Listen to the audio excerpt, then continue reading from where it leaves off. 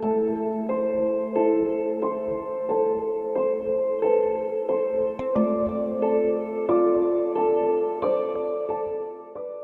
given point of time, if we needed a ventilator ICU bed, there were not more than 11 in the city, and that's at the maximum during the peak. But everybody, the answer to the questions when we used to ask about oxygen, everybody was like, you should know na, there are no availabilities. कैसे हम दे दें? So this was the attitude of the people in government. तो उनका ऐसे हुआ, she was quite young और उनको हमने सिलेंडर लगा के दिया, रिक्शा में ही रखा, रिक्शा में ही बैठे थे वो, और 2 दिन के बाद में ये न्यूज़ मिली कि शी वॉज नो मोर। आपने कॉल किया है, आपने बोला है क्या आपके पास ऑक्सीजन सिलेंडर है, और वो कह रहे हैं हाँ मेरे पास है, लेकिन अगर आपने 5 मिनट में नहीं बताया तो वो ऑक्सीजन सिलेंडर गया, और वहाँ से पेशेंट का फ़ोन आ रहा है कि मुझे पैसे अरेंज करने हैं, और 5 मिनट बाद वो ऑक्सीजन सिलेंडर ख़त्म। कभी कभी हम खुद डर जाते थे, बिकॉज हम हर रोज़ किसी न किसी व्यक्ति को खो रहे थे। हॉस्पिटल में लाइन, क्रिमिनेशन ग्राउंड में लाइन, ऑक्सीजन सिलेंडर भरने के लिए लाइन, इवन लास्ट इंसान जब जा रहा है उस पे भी इंसान को जगह नहीं मिल रहा है, उस पे भी लगाना पड़ रहा है लाइन।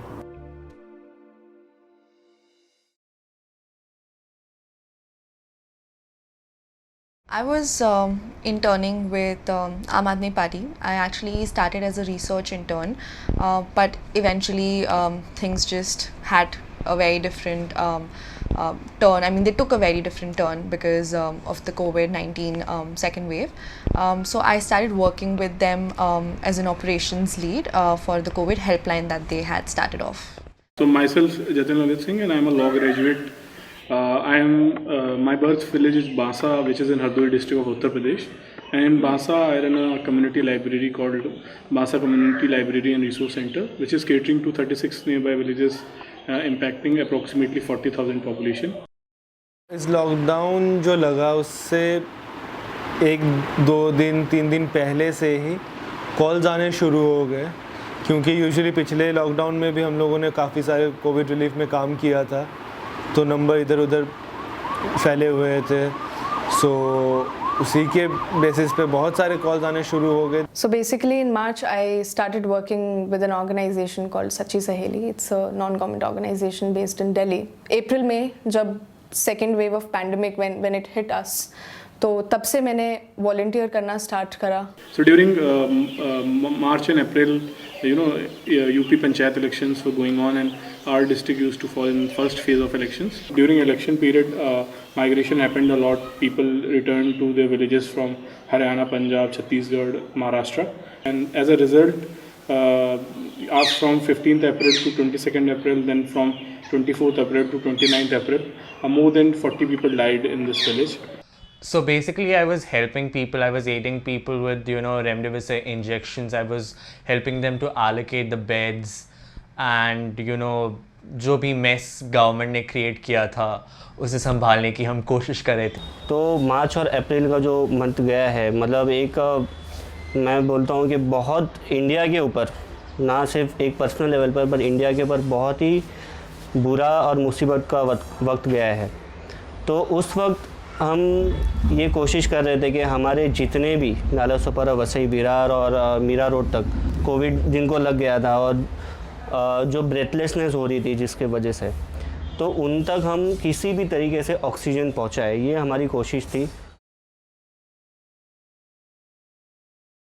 मेरी सुबह ही बहुत सारे मैसेजेस से होती थी। अप्रैल में हमारे कुछ ग्रुप्स थे, और सुबह सुबह जैसे ही मैं अपना व्हाट्सएप खोलती थी उसमें 400, 600, 800 मैसेजेस होते थे, हर मिनट की लीड्स होती थी। और उसके बाद I had to balance it with my work too, बीच में कॉल्स करना या फिर किसी के साथ टेक्सटिंग करना, किसी को हेल्प चाहिए तो उसके साथ कम्युनिकेट करना। अगर मैं सिर्फ और सिर्फ वॉलंटियरशिप की बात करूँ तो I think that was a never ending process. So let me just check quickly if we even have beds. Meanwhile, can you tell me what is the SQO? We had night shifts going on, we had morning shifts going on, and at every hour we would have at least 3 volunteers taking calls, minimum 3 volunteers, and I think the most important aspect for the whole helpline was that we were able to be there for people. It made way too much difference to know that somebody would at least pick up the call, and if not help you directly, then at least provide you with the resources or the information that could help you further on. So in May, sanitization was done, and the main our task was to facilitate calls and queries. So we have two numbers that were circulating in and around Basa. We actually took 7 villages for this project, and so calls were not stopping. People were sending their medical history, medical reports to the WhatsApp of these numbers, and we start our day by started looking for oxygen, started looking for beds. सुबह 7:30 बजे मेरी शुरुआत होती थी with my lectures, जो 11:30-12 बजे तक चलता था, and at 11:30 I used to start my day. But उसके लिए I mean just to receive the calls I had to miss my last lectures, और मेरा पूरा कॉन्सेंट्रेशन लोगों पे रहता था, बिकॉज सुबह से फॉलोअप लेना पड़ता था. अगर केस किसी की मिस हुई है या फिर कुछ हुआ है, I had to make sure that the person has been given, I mean उनका रिक्वायरमेंट फिल हो चुका है. एक्चुअली दिन जो है मैं आपको बताऊं तो एक बहुत हेक्टिक फिज़िकली और मेंटली और we can say even financially बहुत ही डिफ़िकल्ट वक्त था. वो इसलिए क्योंकि हमको ऑक्सीजन सिलेंडर्स पहुंचाने पड़ रहे थे, हम रिफ़िल के लिए भी जाते थे, और जो पेशेंट्स को ज़रूरत पड़ती थी, मतलब ऐसे मेंटली इस तरीके से कि हमने ऐसे केसेस देखे हैं जो मतलब हम चाहेंगे कि कोई दुश्मन भी वो चीज़ ना देखे. तुम लोगों के जो वॉलंटियर्स थे, कुछ बच्चे और थे, हम लोग सारे मिलके जब एक टीम में काम करना शुरू किए, तो सबसे पहले तो कुछ लोगों का टीम बनाया है कि जहाँ से भी इंफॉर्मेशन गैदर हो सके वो रखें, चाहे ट्विटर से, इंस्टा से या किसी भी सोशल मीडिया हैंडल से, कि कहाँ कहाँ ऑक्सीजन अवेलेबल है. We started with awareness, then sanitization, then distribution of masks and medical equipments, then providing oxygen, medicine, then at the last was vaccination. We had a collective meeting with sector magistrate here, ASHA, ANM and Anganwadi workers in the village. Our team actually divided the whole village in 7 areas, and for every area there are 2 volunteers and 1 ASHA and Anganwadi worker. We started a medical teleconsultation helpline. We ran a toll-free number where we got 5 doctors from across India and 1 from abroad to come on board with us. Government ambulances services used to come like 45-50 minutes late. So after seeing that, we actually collaborated with the person from the village who actually offered free ambulance services for the COVID and COVID-related queries. There were many organizations which were working in various parts of UP and in India as well. So we approached few of them, and somebody sent us the medicines which contains multivitamin and COVID medicines that were prevailing at that time. Some sent masks, and we actually got more than 60 vaporizers and everything, and we made library the center for that. So when I joined in, there were 7 to 8 people who were just receiving calls. But every day that I was there, the calls would multiply. They would just double. So when I started off on the 4th day, we got over 50 calls. The next day would be 100, and the next day would be 150. So we understood that we had to get more people who could receive the call. We wanted to be able to help as many people who were calling us. So we started onboarding a lot of volunteers. I think by the end of it, we had around 150 volunteers who had helped us across those 2 months. और मेरा ये same number पे आप सारी चीज़ें मेरे को WhatsApp करो, बाकी का डिटेल्स जो आपने अगर स्कैन किया है तो CT स्कैन में क्या आया था, और आपका एरिया क्या है. आपको वार्ड नहीं पता है तो ठीक है, लेकिन आप मेरे को एटलीस्ट एरिया बता दो कि ईस्ट वेस्ट क्या है. We would try to get the right information and then disperse that to the right person for the right reasons. So I initially started working with one of my college friends. Her name was Diksha. And we used to see on the social media platforms that people actually wanted help. We started working on the leads. We used to find each and every lead from the internet, and we used to call them, we used to confirm it. तो उस तरीके से हमने काम करना start किया, WhatsApp पे, Twitter पे, इंस्टाग्राम पे बहुत ऐसे कोविड रिलीफ ग्रुप्स थे जहाँ पे बहुत सारे लोग एक साथ काम कर रहे थे। तो that's how it went. So basically in groups में जो लीड्स आती थी, बहुत सारी लीड्स ऐसी होती थी जो फेक होती थी। प्लाज्मा डोनेशन की बहुत लंबी लंबी लिस्ट्स आती थी। अगर वो 50 नाम है उसमें से शायद किस्मत अच्छी है तो 3-4 मिलेंगे। और आई थिंक हर 1 मिनट का स्ट्रगल था। बार बार आप ट्विटर से देख रहे हो, ओके ट्विटर से देखा, उसके बाद इंस्टाग्राम से देख रहे हो, इंस्टाग्राम से देखने के बाद फिर आप उसको कॉल कर रहे हो, कॉल करने तक वो लीड गई। So we were helping people with the remdesivir injection. हम उन्हें बेड्स एलोकेट करवा के दे रहे थे. We were calling on the BMC helpline. BMC helpline को कॉल करके we were making sure कि उनकी रिक्वायरमेंट फुलफिल्ड हो रही है. And if not, we used to escalate the call to to higher authorities, someone who can get the beds arranged, and a lot of other things like getting ambulance arranged. FDA officer के साथ बात करना और ensure करना कि जो patient की family है उन्हें रेमडेसिविर इंजेक्शन मिल रहा है. And also at times we got into an argument with FDA officer कि आप क्यों नहीं प्रोवाइड कर रहे हैं. ऑक्सीजन के प्लांट्स वगैरह जहाँ पे सिलेंडर्स मैन्युफैक्चर हो रहा है वहाँ पे लोग बाग पूरी रात तुम रात को 12 बजे जाके लाइन में लगते थे एंड अगले दिन सुबह जाके 12 बजे 1 बजे उस दौरान जाके उनको नंबर आता था, तब जाके वो 1 सिलेंडर भर के लेके जा पाते थे. और उसी में भी किसी कोई पेशेंट इतने देर अगर सरवाइव कर पाता तो करता था, या न कितने ऐसे केसेस है कि वो मर जाता था. When they called and they asked me that they needed help with their grandfather, I was like, let me see what I can do. And they needed a bed which was an ICU bed, which was very difficult to come by. Like any given point of time, if we needed a ventilator ICU bed, there were not more than 11 in the city, and that's at the maximum during the peak. So I started scrambling for help. I called every ward where I saw that they had some bed, and I think after half an hour of scrambling here and there, I was actually able to get them a bed and move them to the hospital. 10:30 is when they called me and I started. 11 o'clock she called and she was like, I just got the confirmation from one of the places you had called that we've got a bed. Now we are looking for an ambulance. So then I started scrambling again for an ambulance, and finally we were able to get that. Around 12 o'clock is when I think they reached the hospital. Again she called me at 12 in the night and she's like, I'm so thankful that you actually helped us because we were at the end of our wits.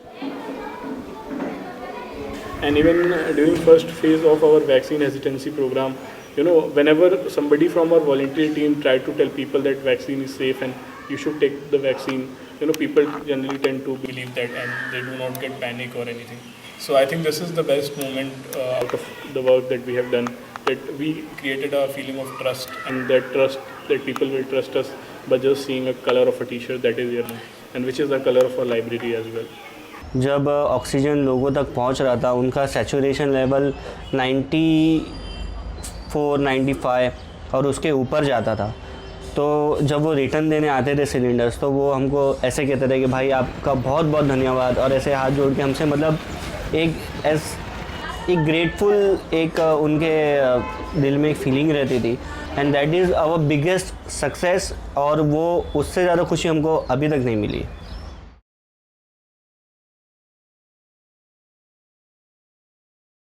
BMC कडून एक confirmation call आला एका पेशंटला की sir तुम्हाला ventilator bed available करून झाला, एक मेसेज जातो बेसिकली. आणि तो माणूस नवी मुंबईमधून हिंदूच्या हॉस्पिटलमध्ये जात होता आणि मध्येच सांगतात की सर तुमचं जे कॉल आहे ते कॅन्सल, जे हॉस्पिटल आहे ते नाहीच आहे, आमच्याकडून चुकी झाली. तो पेशंट ॲम्ब्युलन्समध्ये स्टँडर्ड आहे आणि त्या व्यक्तीने 4 तासानंतर दम सोडला. My best friend from college, उसके पापा he tested positive for COVID in the 3rd week of April, और उनके लिए वही ऑक्सीजन कॉन्सेंट्रेटर हमने बहुत मुश्किल से अरेंज करा. हमें 3 दिन लग गए अरेंज करने में. कहीं से सिलेंडर चाहिए, कहीं से कॉन्सेंट्रेटर, कुछ भी मिल जाए, बस काम चलना चाहिए. हमने आर्मी हॉस्पिटल दिल्ली में उनके लिए बहुत मुश्किल से एक बेड अरेंज किया, बट वहाँ पे ऑक्सीजन सप्लाई नहीं थी. फिर उन्होंने बोला कि आई थिंक इनको वेंटिलेटर की ज़रूरत है, और वेंटिलेटर बेड ढूंढना it was next to impossible, it was next to impossible. चाहे कितनी लीड्स मिल जाए, I think we must have gone over 100 leads, we did not find anything. कुछ रास्ता निकालना था तो हमने एम्बुलेंस अरेंज करी जिसके अंदर वेंटिलेटर बेड था। फिर उसके बाद डॉक्टर्स ने बोला कि हमारे पास नहीं है, आप घर जाके प्लीज़ इनको ऑक्सीजन कॉन्सेंट्रेटर लगा दो and he will be fine. उसके 10 मिनट बाद uncle had to go to the washroom, और जैसे ही उन्होंने कॉन्सेंट्रेटर हटाया उनका ऑक्सीजन लेवल बहुत कम आ गया और he collapsed in the washroom. I mean, he was right there. He was right there talking to his family. He just wanted to go to the washroom and ख़त्म। फिर शाम को उसका दोबारा फ़ोन आता है मेरे पास कि मम्मी की तबीयत बहुत ज़्यादा ख़राब हो जा रही है, और तूने जैसे बताया कि पलट के उन्हें सुला दे और चेक कर। तो चेक किया तो उनका ऑक्सीजन लेवल 60 के आसपास, 60-65 के आसपास था। बड़ी मुश्किल से हॉस्पिटल का पता लगा कि फरीदाबाद में हाँ एक बेड खाली है हॉस्पिटल में। तो वहाँ पे उसने बात किया, हॉस्पिटल में बेड खाली मिल जाएगा लेकिन आपको साथ में सिलेंडर लेके आना पड़ेगा। 50 जगह फ़ोन करने के बाद एक जगह से लीड मिली, JNU जाना पड़ेगा, वहाँ जाके एक सिलेंडर अवेलेबल है, खाली सिलेंडर है, उसको रिफ़िल करके रात को हमें यूज़ करने के लिए उनको पेशेंट को लगाना पड़ेगा। 12-12:30 बजे निकलने के बाद फरीदाबाद में कम से कम नहीं तो 8 से 9 प्लांट हम लोग जाके पर्सनली जाके चेक किए जो सब क्लोज थे। एक जगह पे फिर लीड आया जहाँ पे ऑक्सीजन सिलेंडर तो है लेकिन ऑक्सीजन मिलेगा नहीं, पूरा का पूरा सिलेंडर ख़रीदना पड़ेगा। तो फिर वहाँ पे किसी पावरफुल बंदे का फ़ोन आया उसके पास कि वो जो सिलेंडर बचे वो मुझे चाहिए। तो हम लोगों ने हाथ पैर जोड़ लिया, गिरा लिया, सब कुछ कर लिया, कुछ भी नहीं माना, वो दिया नहीं, सिलेंडर वहाँ पे दिया नहीं। फरीदाबाद से ट्रैवल करके लाजपत नगर आए, लाजपत नगर में गए गुरुद्वारे पे, वहाँ पे जब तक पहुँचे तब तक वहाँ पे सिलेंडर्स ख़त्म हो चुके थे, रिफ़िल नहीं हो रहा था। फिर किसी ने पता लगा के बताया कि जामिया में मिल रहा है, जामिया गए, बटलाओ सॉरी, वहाँ पे भी पहुँचे, वहाँ पर भी लाइन लगी हुई है, वेटिंग पे है कि सिलेंडर आ जाएगा तो रिफ़िल हो जाएगा वरना नहीं हो पाएगा। एक दोस्त और भी था, वो भी उस दौरान अपने घर के वहाँ पता कर रहा था कहाँ पे मिल सकता है नहीं मिल सकता है। तो लक्ष्मी नगर के आगे एक जगह है, तो वो वहाँ पर जाने के बाद उसे पता चला कि हाँ सिलेंडर भर रहा है।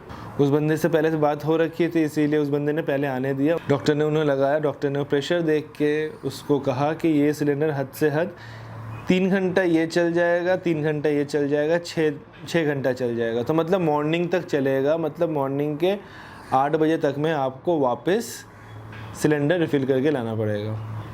बड़ा सिलेंडर उठाया, बड़ा सिलेंडर उठा के फिर निकले, वहाँ से निकल के मोहन कॉर्पोरेटिव गए। वहाँ पे जाके देखा तो प्लान से लाइन लग के मतलब ऑलमोस्ट मथुरा रोड तक आ चुकी है।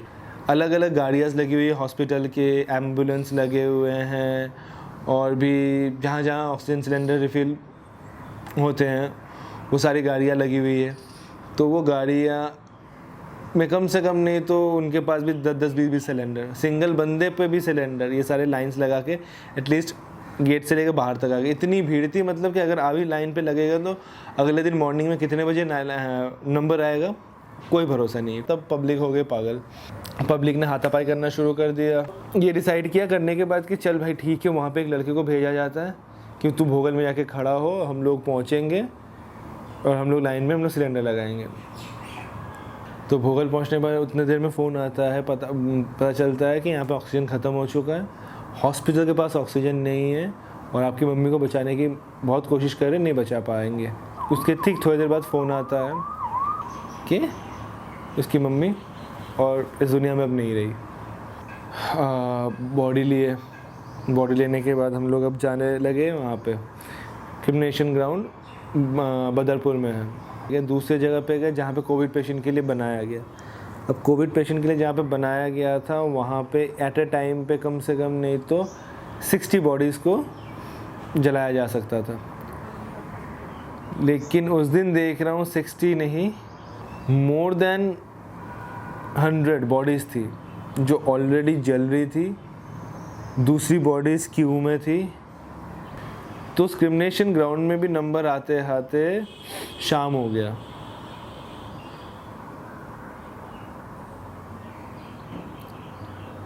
हॉस्पिटल में लाइन, क्रिमिनेशन ग्राउंड में लाइन, ऑक्सीजन सिलेंडर भरने के लिए लाइन, शुरू से लेके एंड तक में लाइन में धक्के खाने पड़े। और पहली बार देखा कि क्रिमिनेशन ग्राउंड के बाहर मुर्दों को भी लाइन लगाना पड़ता है।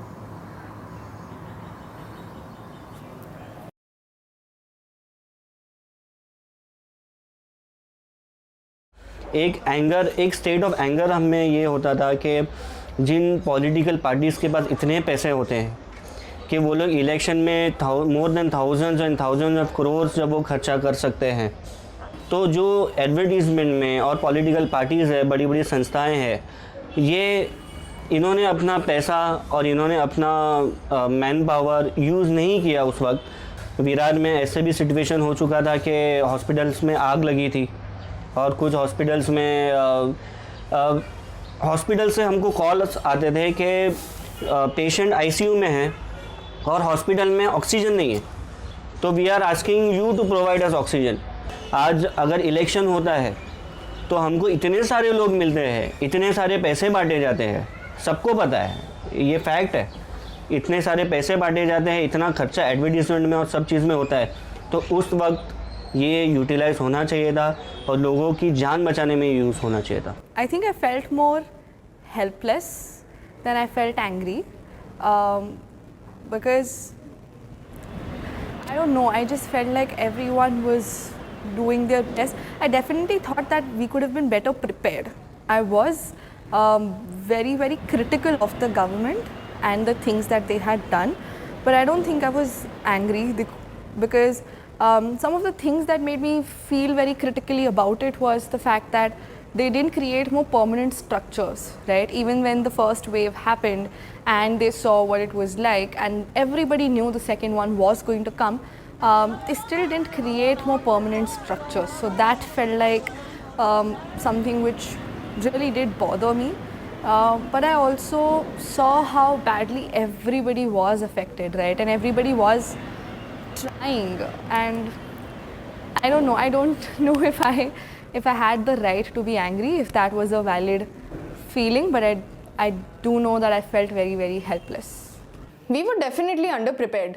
I think that after the first wave of pandemic, we were asked to put on masks, और हर जगह पुलिस खड़ी है, मास्क चेक कर रही है. बट अगर आप मास्क चेक कर रहे हो, आपने एक लेवल तक ये अज्यूम कर लिया है कि सेकेंड वेव आएगी. Where is the logistics?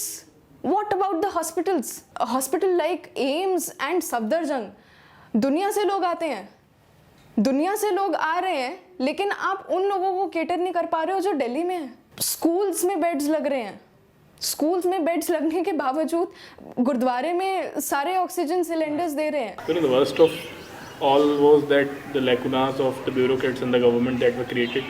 So, for example, we have heard a lot of time, various times, the doctor always in hospital will always ask you to come as early as possible in the hospital because the last moment and those moments were very crucial for the patients. But during COVID, what was happening that doctors were actually asking us to get tested and then to wait for 72 hours, and then they will decide that they are going to admit you or not.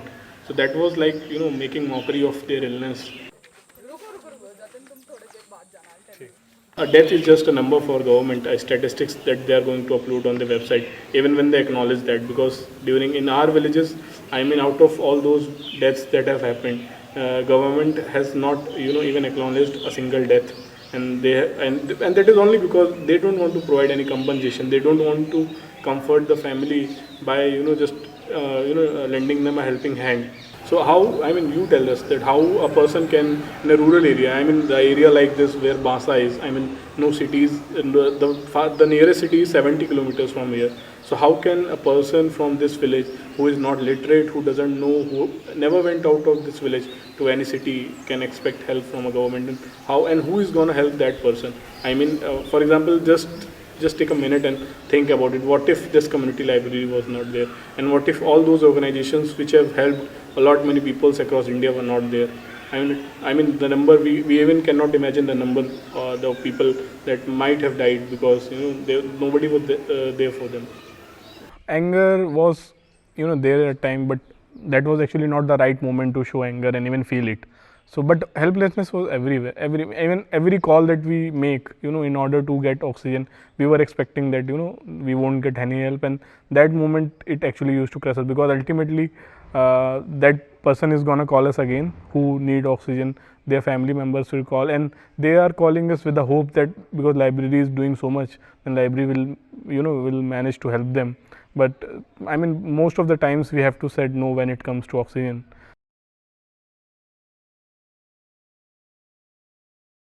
Something that people said a lot during the pandemic was that no matter where you come from, everyone is suffering the same. And I never in 100 years would agree to that. Because even if somebody who is living in South Bombay in a good, luxurious 5 BHK is suffering from a problem, is COVID positive and not able to access resources, they at least have their smartphones, they have their social media accounts, they have their laptops, they have their connections, they have everything at hand to at least try their best and access every opportunity to actually get that resource. However, people who are not even educated, who live in temporary housing, who have no access to smartphones, or even they have access to smartphones, don't have access to the the knowledge that how do I get this resource, they are always going to be the ones who are at a higher risk, who are always going to suffer more. So I never felt like that was a very valid comparison to begin with.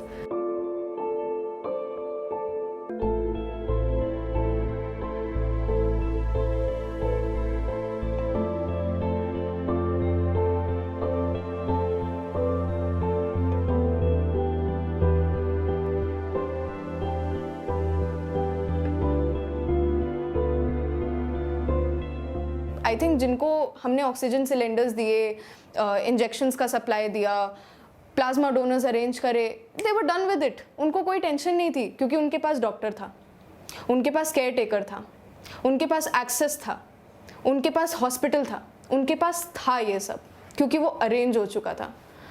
But what about those people जिनके पास सिर्फ एक phone है और उस phone में ना वो photo देख सकते हैं, वो प्रिस्क्रिप्शन नहीं देख सकते. कोविड के टाइम पे जो 8 से 10 सेट का एक मेडिसिन का पूरा पर्चा फिक्स्ड था, हर मेडिकल स्टोर पे जाओ, आप 8 में से 3 मेडिसिन खरीदोगे, वो कहेंगे 5 और ले लो, ये भी काम आएगी, और लोगों ने खरीदी है. तो क्या इन 8 मेडिसिन का जिसका खर्चा अप्रॉक्सीमेटली 1000 से 2000 के बीच में था, क्या वो सब लोग अफोर्ड कर सकते थे? वो भी 10 दिन की मेडिसिन. एक ट्राइबल एरिया में एक को कोविड हुआ और वो हर जगह फैल गया. Nobody is using a phone. You don't have medicines. What are they relying on? They don't have vaccinations. So, for example, I am here and I am speaking English, even sitting in the same village that has lost 40 people.